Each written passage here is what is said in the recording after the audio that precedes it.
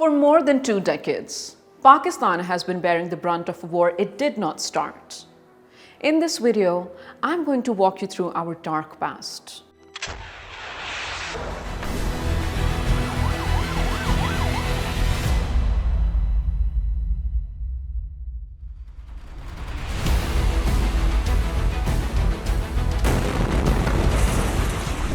Since the early 2000s, cross-border proxies and terror networks, also known as Fitnat al-Khawarij and Fitnat al-Hind, have operated on our soil, forcing Pakistan, its people, its soldiers, and even its children to pay the price of decisions far beyond our control.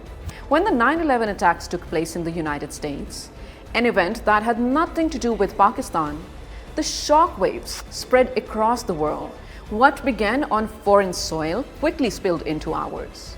The post-9/11 Afghan war pushed militant groups across the border into Pakistan, dragging the country into a conflict it neither initiated nor desired. But once the fire reached our borders, Pakistan had no choice but to defend itself. And the cost has been immense. Thousands of civilians, soldiers, and even school children caught in the crossfire of a war forced upon the nation. One of the most difficult fronts of this war emerged in the former federally administered tribal areas, FATA. Between 2009 and 2013, militants entrenched themselves deep inside the region, controlling villages, roads, and entire valleys. With civilians held hostage, the Pakistan Army, along with paramilitary forces and with the support of the nation, launched major counterterrorism operations to reclaim the area and protect the local population. But this wasn't the only chapter of the struggle. Between 2004 and 2014 alone, Pakistan conducted 27 counterterrorism operations across the country, each aimed at dismantling militant infrastructure and restoring normalcy. Then came one of the most decisive waves of action. Operation Zarb-e-Azb between 2014 and 2016. During these years, Pakistan carried out 19 major operations under the Zarb-e-Azb banner. This was a turning point.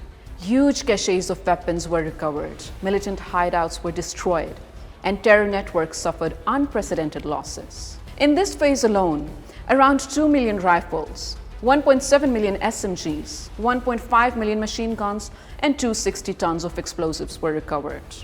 All of this is documented in the Pakistan Army Museum, Rawalpindi, which has an entire section dedicated to Pakistan's sacrifices in the war on terror.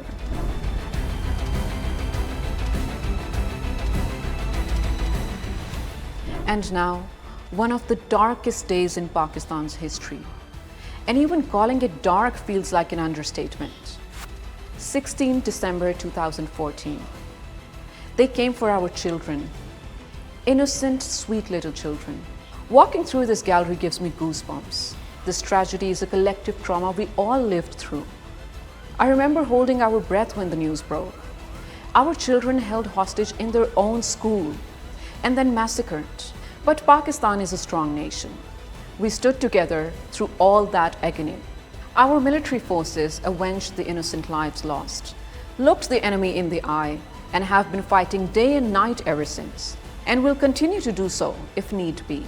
A critical part of Pakistan's counterterrorism effort has been what comes after the fighting stops. The Pakistan Army, the government, and paramilitary forces work together not just to clear areas, but to rebuild them. Rehabilitation, de-radicalization programs, employment schemes, schools, roads, hospitals. Entire communities were restored so that those who lived through years of violence could finally see stability and hope. The former FATA has now been integrated into Khyber Pakhtunkhwa, and families in border regions have been relocated to safer homes. After countless human, economic, agriculture, and land losses, along with nationwide psychological impacts, declining tourism, and reduced investment, Pakistan's fight was never just about defeating militants. It was about protecting the soul of the nation. Then for several years afterward, Pakistan enjoyed a rare period of peace. Terror attacks fell dramatically, and daily life returned to almost normal across much of the country. But 2025 has changed that. In just this year alone, more than 1,000 Pakistanis have been killed in unsolicited terror attacks.